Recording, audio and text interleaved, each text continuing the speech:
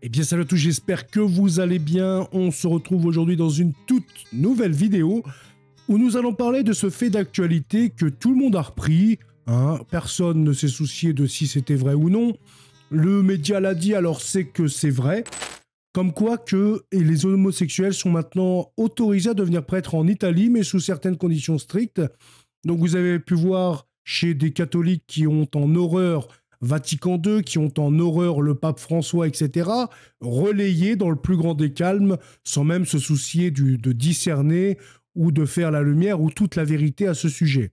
Eh bien, désolé de vous dire, les catholiques qui ont relayé ça, eh bien, c'est entièrement faux.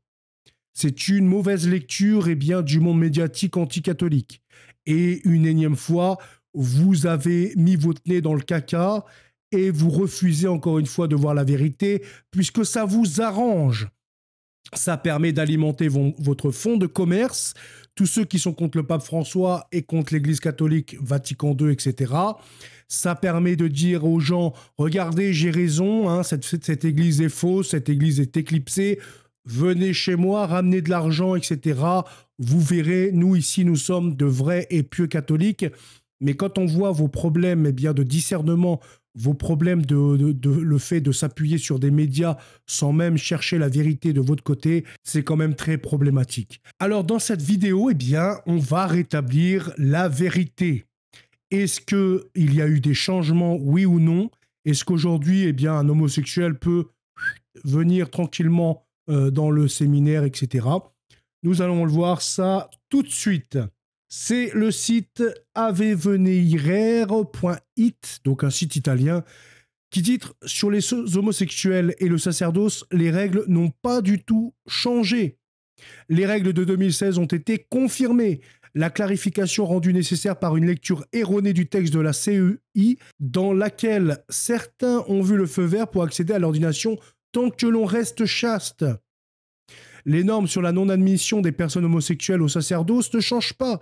Cette clarification intervient au lendemain de la publication des orientations et normes pour les séminaires qui indiquent les cours de formation au sacerdoce, les structures de formation et l'attention aux candidats au sacerdoce. La nouvelle intervention est devenue nécessaire après une lecture partielle et non contextualisée par certains organes de presse du paragraphe 44 du document qui traite précisément du thème de l'homosexualité dans le cours de formation des séminaires.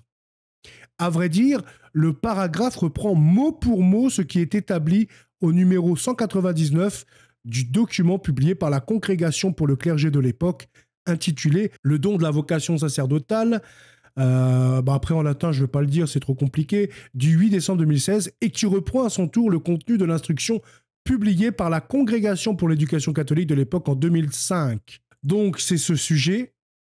En ce qui concerne les tendances homosexuelles profondément enracinées que présentent un certain nombre d'hommes et de femmes, elles aussi sont objectivement désordonnées et souvent, elles constituent aussi une épreuve pour ces personnes. Celles-ci doivent être accueillies avec respect et délicatesse. On évitera à leur égard tout manque de discrimination injuste. Elles sont appelées à réaliser la volonté de Dieu dans leur vie et à unir au sacrifice de la croix du Seigneur les difficultés qu'elles peuvent rencontrer. Dans la lumière de cet enseignement, ce dicaster, en accord avec la Congrégation pour le culte divin et la discipline des sacrements, estime nécessaire d'affirmer clairement que l'Église, tout en respectant profondément les personnes concernées, ne peut pas admettre aux séminaires et aux ordres sacrés ceux qui pratiquent l'homosexualité, présentent des tendances homosexuelles profondément enracinées ou bien soutiennent ce qu'on appelle la culture gay.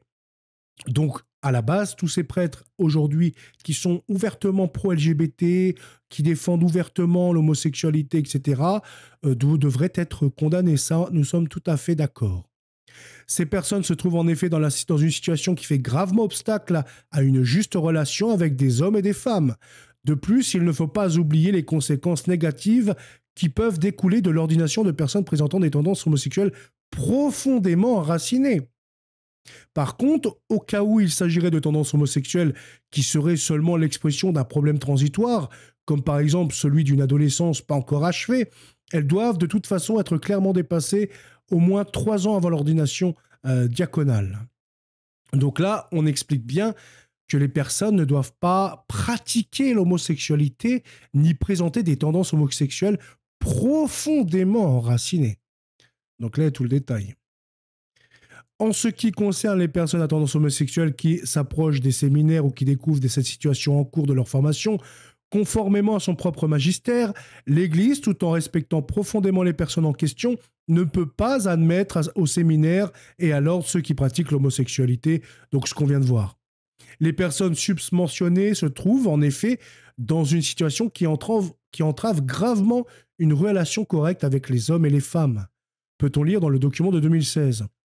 La vraie nouveauté du document, en réalité, c'est l'attention que les nouvelles normes accordent au discernement, en particulier au cours des 3 premières années du cours de formation.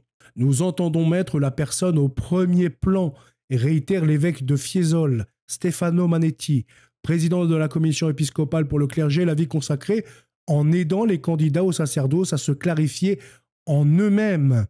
En bref, un accompagnement à la connaissance de soi qui fait souvent défaut aux jeunes générations et qui n'exclut même pas les jeunes qui arrivent dans les séminaires. La nouvelle, publiée jeudi, invite les formateurs dans le processus de formation. Lorsqu'il est fait référence aux tendances homosexuelles, il est également opportun de ne pas réduire le discernement à cet aspect, mais, comme pour chaque candidat, d'en saisir le sens dans le tableau d'ensemble de la personnalité du jeune, afin que, connaissant et intégrant les objectifs propres à la vocation humaine et sacerdotale, atteint une harmonie générale. En bref, réitère l'évêque de Fiesole Manetti, il s'agit de mettre la personne au centre, au-delà des catégorisations immédiates, afin de pouvoir l'accompagner dans la vérité sur son orientation sexuelle, d'où une pleine conscience de soi également dans le domaine affectif sexuel.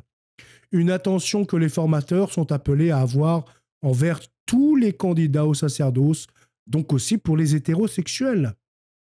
Toujours au paragraphe 44, le document souligne que l'objectif de la formation du candidat au sacerdoce dans le domaine affectif sexuel est la capacité d'accepter la chasteté dans le célibat comme un don, de choisir librement et de vivre de manière responsable dans le célibat. En effet, il n'est pas seulement une indication affective, mais la synthèse d'une attitude qui exprime le contraire de la possession. La chasteté et la liberté de la possession dans tous les domaines de la vie. C'est en fait mettre en esclavage ses pulsions, ses passions. C'est très difficile. Une phrase que certains ont interprétée comme une ouverture possible aux prêtres homosexuels pour qu'ils soient chastes. Ce n'est pas une lecture correcte, explique Manetti, parce que le paragraphe du début réitère les normes du magistère. En fait, ce qu'ils veulent faire, c'est que vu qu'aujourd'hui la société est complètement dégénérée, les gens sont perdus, on voit de plus en plus de personnes homosexuelles, etc., ou des personnes pensant être bisexuelles, ou on ne sait pas trop. Et donc, ils veulent insister sur ce discernement. Ils veulent vraiment que tout le monde puisse accéder au séminaire, mais avant ça, il faut qu'il y ait quand même un sacré discernement. Savoir si oui ou non la personne est enracinément homosexuelle, si elle est pour la culture gay, si elle a compris ce que c'est la chasteté.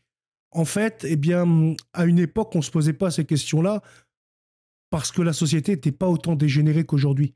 Aujourd'hui, il faut ajouter quelques formations, quelques discernements en plus parce que la jeunesse, est sacrément dégénérée à cause de cette société. Donc, en fait, c'est juste ça le document qu'il dit.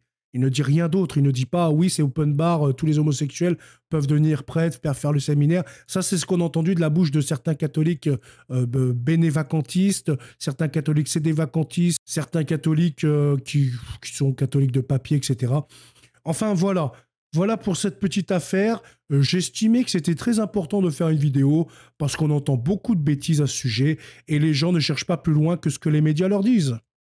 Encore une fois, on peut voir ces personnes qui vont dire « Ouais, les médias, tu as un golem, tu écoutes BFM TV. » Les mecs qui se sourcent sur Serfia, s'il vous plaît. Ils voient un gros titre Serfia, ils cliquent dessus, ça va être Le Monde ou je ne sais quoi, Libération ou quoi, et ils vont dire, vu que ça attaque en fait l'Église catholique et vu que ça alimente ce en quoi ils pensent, forcément le média a raison. Peu importe qui il est, peu importe son passé, il a raison. Il a raison parce que ça alimente son fonds de commerce, ça alimente sa boutique, ça le fait vivre. Donc ça, c'est un très très gros problème de la part de ces schismatiques, eh bien, qui n'ont plus aucun discernement finalement. Ils parlent par rapport à ce qui va dans leur sens ou non. Et le vrai travail d'un catholique, et je pense que moi, je fais un vrai travail, c'est que je parle de tout. C'est-à-dire, récemment, j'ai parlé des 2 prêtres suspendus en Bretagne concernant une affaire, une plainte qui ont été plaintées par 2 femmes. Voilà, moi, le clergé, je le dénonce aussi quand il faut le dénoncer. Je fais du discernement quand il faut discerner. Je ne suis pas là à essayer d'alimenter une quelconque idéologie ou une quelconque vérité. Moi, j'essaie de me fixer à ce que je crois vrai et là où il faut agir. Voilà en tout cas pour cette vidéo. Je vous souhaite une très bonne soirée. À bientôt. Salut.